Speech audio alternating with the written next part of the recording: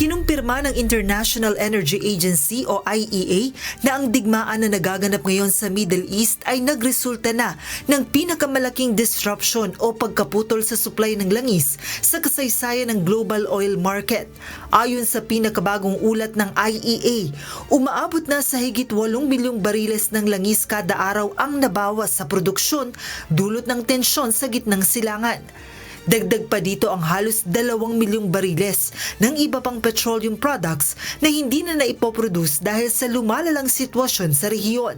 Nagsimula ang krisis matapos ang mga pag-atake ng United States at Israel sa Iran noong February 28 na ginantihan naman ng Tehran at nagpaigting ng labanan sa Gulf region.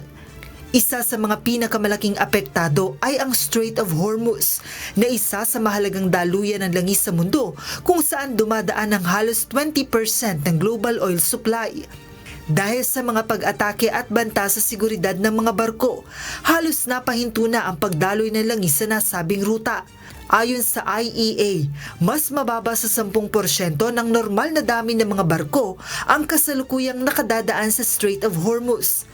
Bukod sa langis, naapektuhan na rin ng gyera ang supply ng pataba o fertilizer na mahalaga sa produksyon ng pagkain. Halos 1/3 ng fertilizer na dinadaan sa dagat ay nagmumula sa Gulf of region. Kaya naman nang maputol ang ruta na dinadaanan nito, ay tumaas din ang presyo ng pataba sa global market.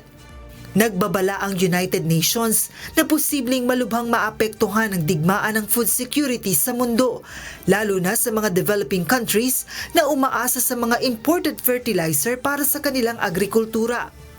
Upang mabawasan ang epekto ng krisis, nagkasundo na ang 32 bansa na kasapi ng IEA na maglabas ng 400 million barrels ng langis mula sa kanilang emergency reserves. Ito na ang pinakamalaking sabay-sabay na paglalabas ng oil reserves sa kasaysayan ng ahensya.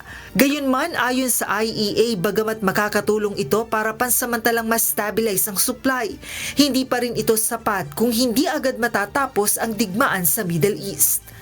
Joan Nano, humahataw sa balita ngayon.